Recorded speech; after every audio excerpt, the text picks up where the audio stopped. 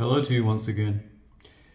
I have already uploaded to YouTube quite a few games employing irregular openings.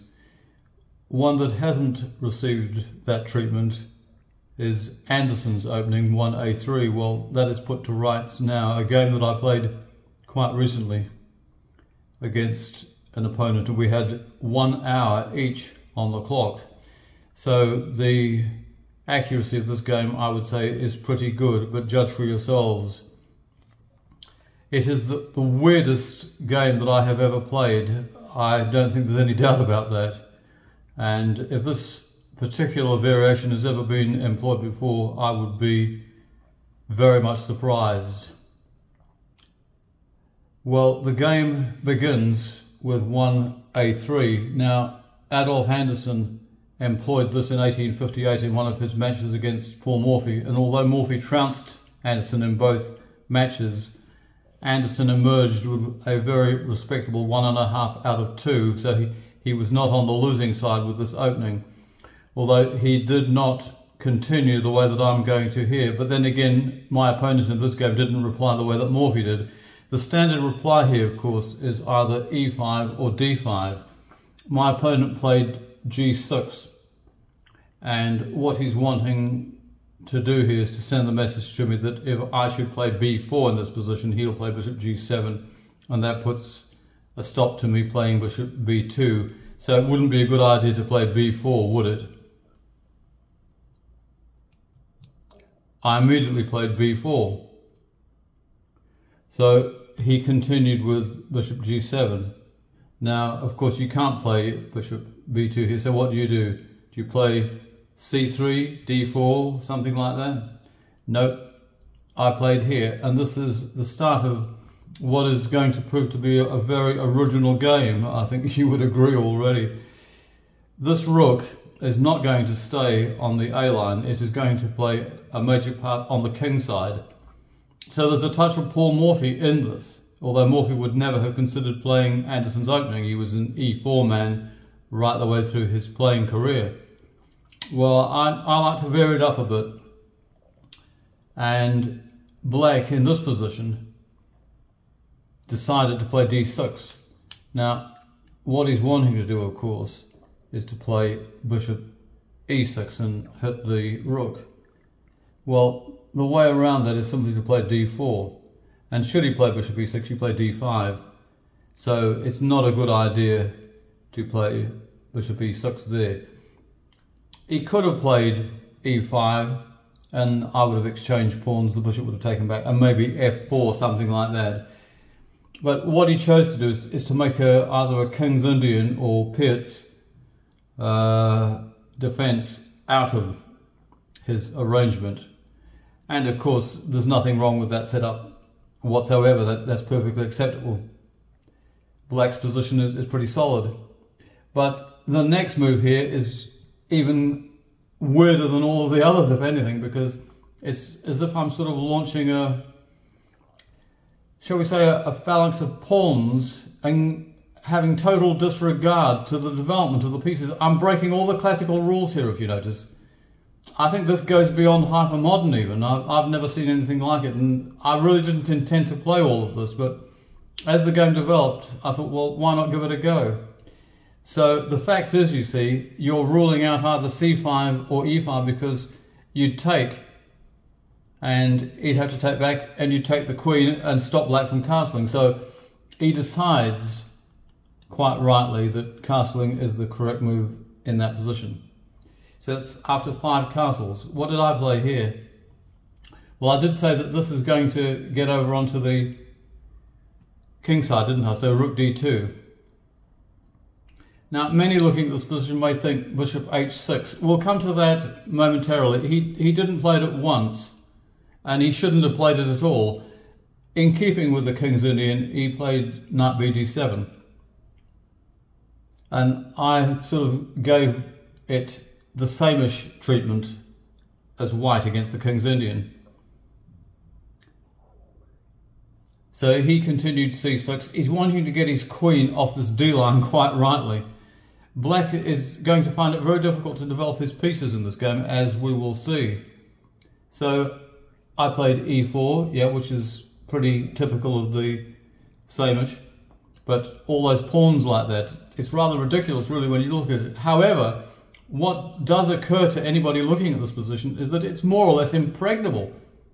It's sort of like a queen side for white against the Alekhine's defense.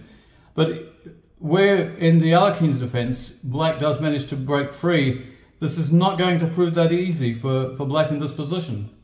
So that's after 8e4. So black continues getting his queen off the d-line.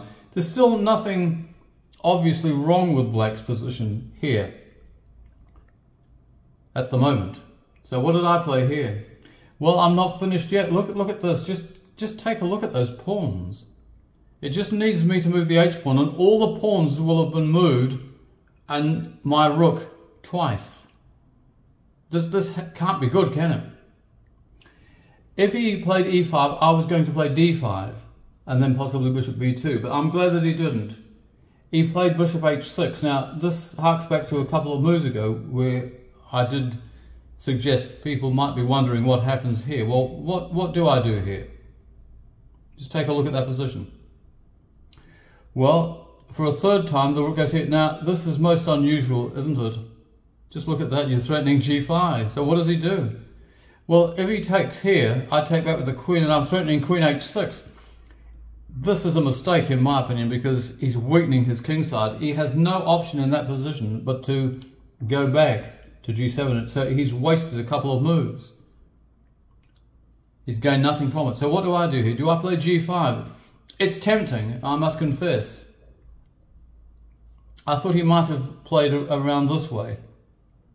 Not that it would be a problem, but I decided, yep. So the 8th and final pawn comes into play, h4.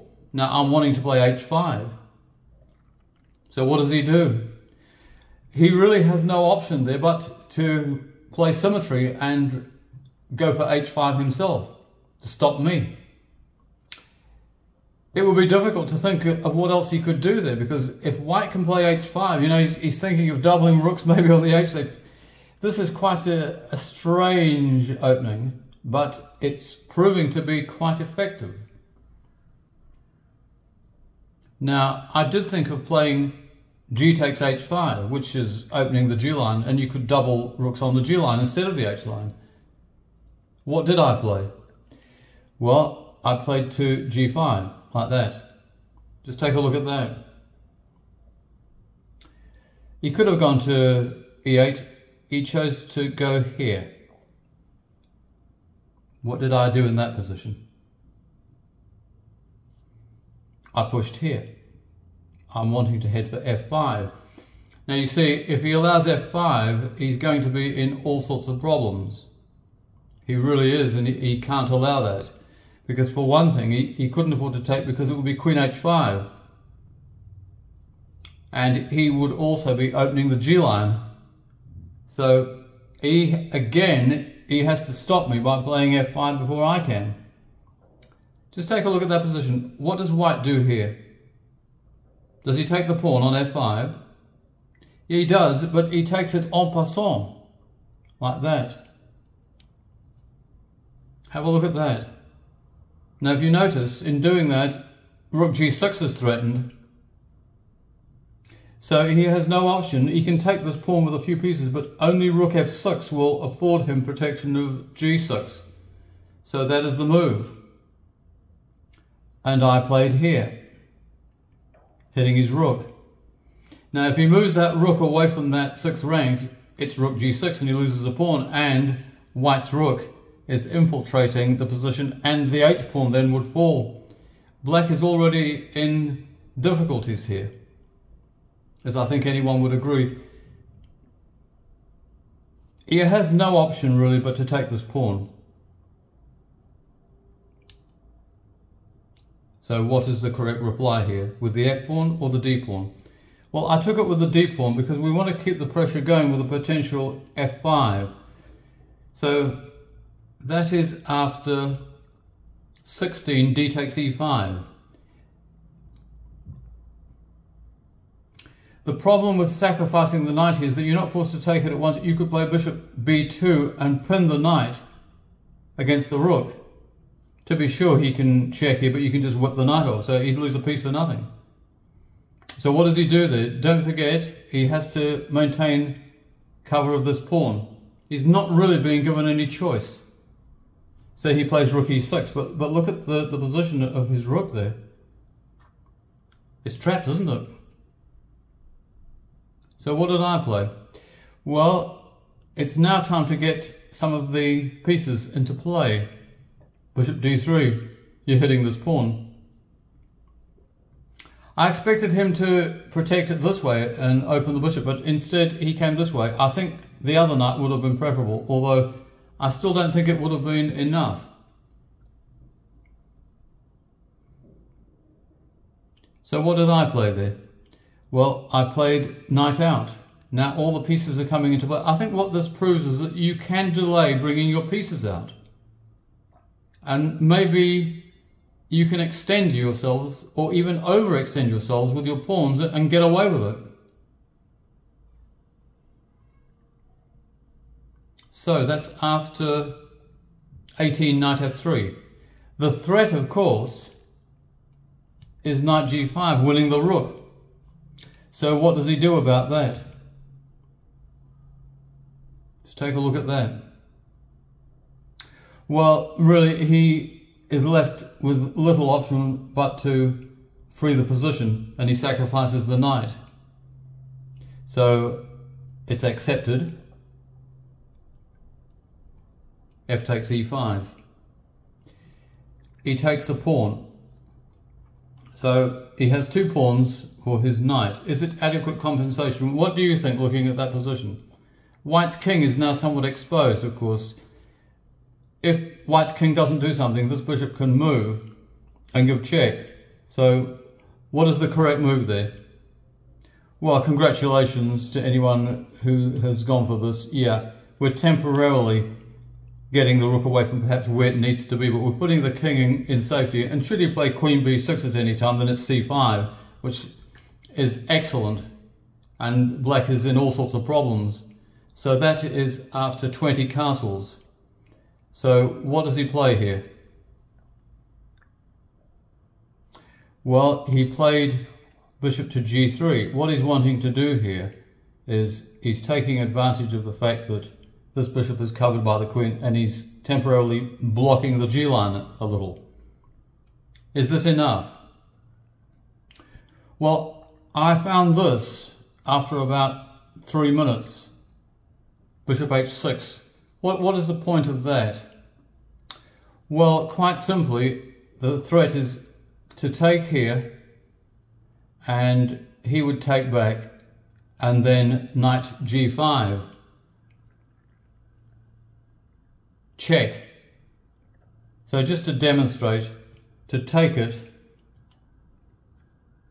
like that, he'd be forced to do that, and then you go here, check. And he's in a few problems, really, isn't he? I don't think there's any doubt about that, because should he try and save his rook here by interposing, it's knight h7 and you'd fork king and rook. So he can't really allow that to happen. So what does he do? We'll just put that back after white has played. Let's get the number of moves here. 21 bishop h6. So like I say, he's threatening bishop takes f8, king takes f8, knight g5, discovered check. So what does he play? Well, he plays rook f6 quite rightly. He wants to avoid that happening. So what does white play? Well, he plays it anyway. And there are one or two interesting variations here. I'm not going to go into them in great detail. Just note the fact that at the moment, white is two pieces up for two pawns. So that is a significant plus. Now, should, in this position, he not take the bishop and play this, and he's pinning the rooks, then what you would do is you would take this pawn here, you win a pawn back, so you're now two pieces up for one pawn, you're hitting this rook, Should he take the bishop back, then you can take this, which is no longer guarded. And after that, should he take this, then there'll be nothing to stop you taking it. He's going to get himself into a bit of a pickle. It looks threatening, but believe me, it's not as threatening as it appears. But test it for yourselves, as always, and see what you make of it. But I've been through it post-analysis, and I don't think there's a problem with it. So he did take this, and he regains a piece. So at the moment, white is a piece up for 2 pawns, and that is after 22 king f8. So what happens now? Well, now we play knight g5. And we're threatening to fork king and rook. It's as simple as that.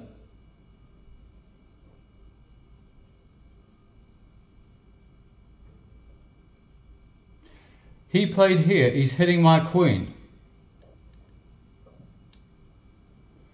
Now, it's tempting to play here, but he'd move out of the way, and then if you take the rook, the queen would go. You don't want to lose the queen, or do you? Just take a look at that position. Would you be willing to give up that queen? Well, with this move, that's exactly what you're doing. You're playing bishop g6. And what we're wanting to do here is we're wanting to surround black's king and try and weave a mating net. This rook is pinned, so he can't take. And should he take the rook here, you take back with your queen, and the queen is no longer threatened. So what happens here? Does he take the queen? Well, yes, he does. We'll see what happens in a moment. What about this move? Is this any good at all? Let's just take a look at it. What would you say?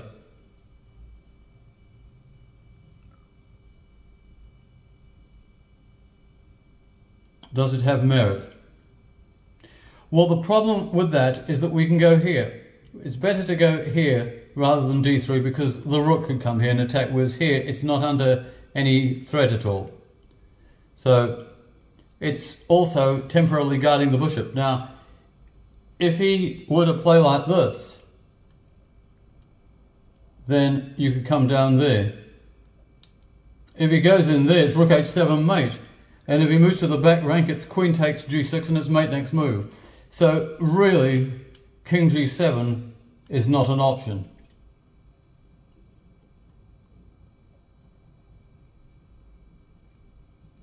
So let's just put it back to after bishop g6.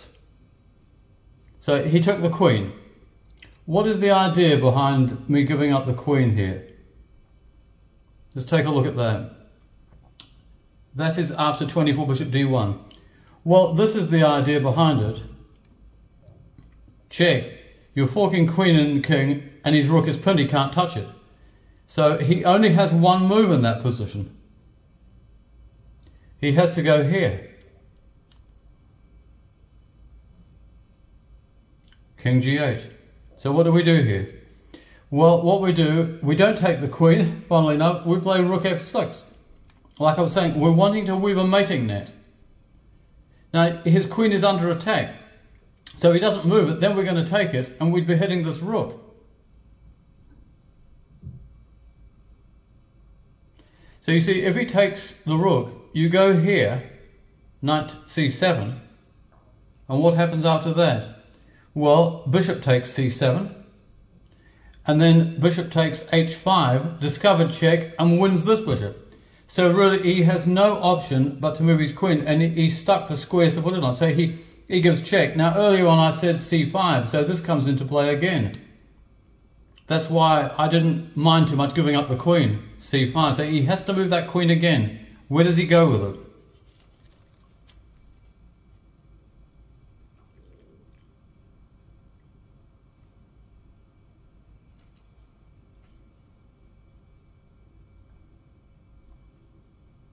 He goes here. It's either b5 or a6, isn't it? And the same applies if he were to take, you take the queen and he's in all sorts of problems. So he eschewed that one.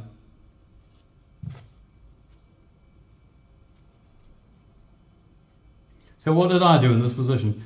Well, I played here. This is a neat rejoinder, because if you notice there in that position, he's running out of moves, isn't he?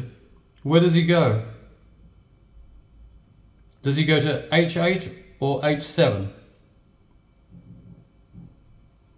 Well, if he goes here,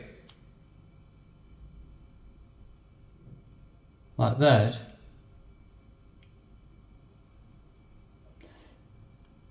if he goes here, that is checkmate.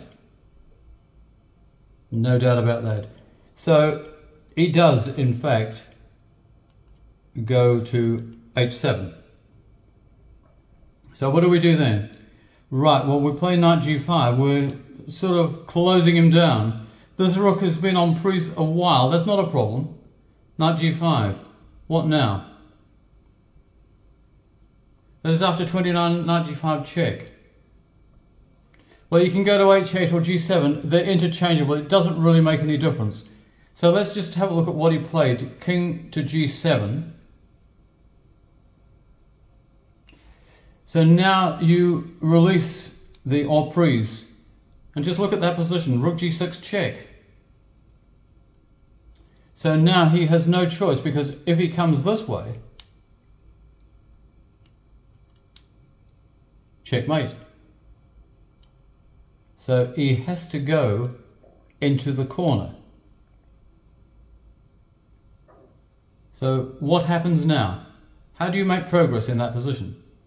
There is a perpetual there. You could get it by rook h6 and keep repeating. White has at least a perpetual check there, and if you were really short of time and couldn't work it out, you can at least secure a draw. But I did have some time. I took the bishop. And if you just look at that position for a moment, although white has lost his queen, he is a rook and two minor pieces up for a queen and a pawn. That is a winning position, in my opinion. However, black is not quite finished yet. He has an interesting rejoinder. Can you see it? Well, it's this. And what he's doing is he's hitting the rook, but he's also hitting this knight. This knight is of no consequence. We can afford to ignore it. I had seen this coming, so it wasn't a major issue for me. So what you do first of all is you get this rook out of the way with check. Rook h6. He has to play in here. King g7. What now? Right, well, we save our rook and we set up a nice little finish here. Rook h5.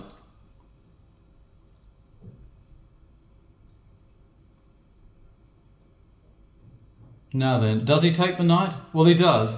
I must confess, I have taken a bit of a look at this. You might care to view this in your own time, and I'll not give any further word on it.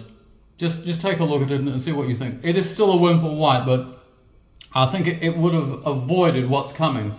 He's wanting to get some material back, and so now he thinks to himself, well, that's a bit better. It's only a rook and a minor piece that he's up for the queen, and pawns are equal.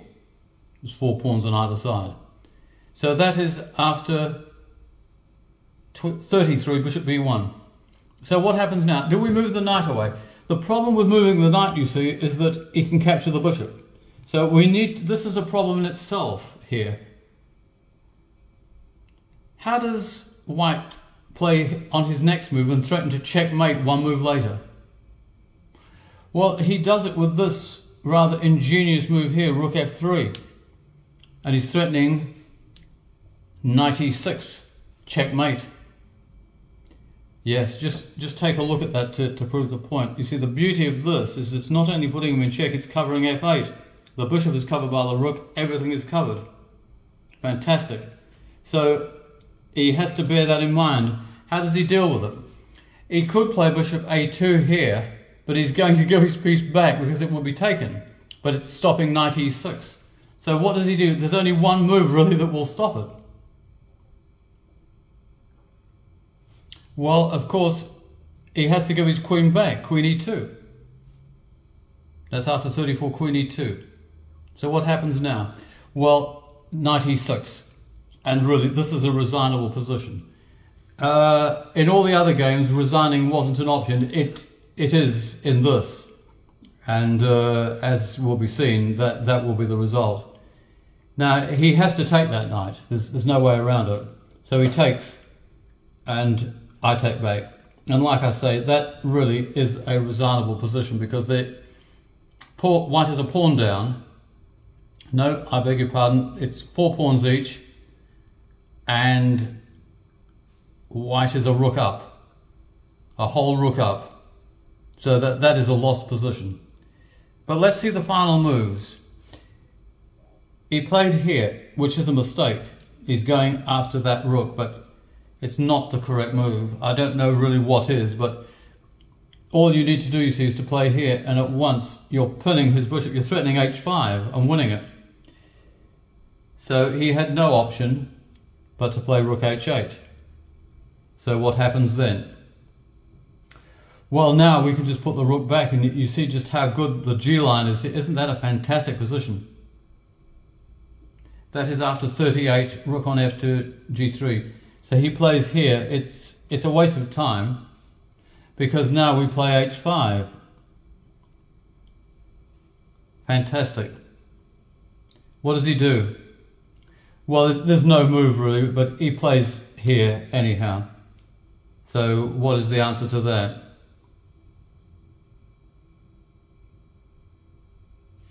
Well, the answer is to take the bishop. With check, he has to take back, and we take back. Just take a look at that. We are a rook and a bishop up and equal in pawns.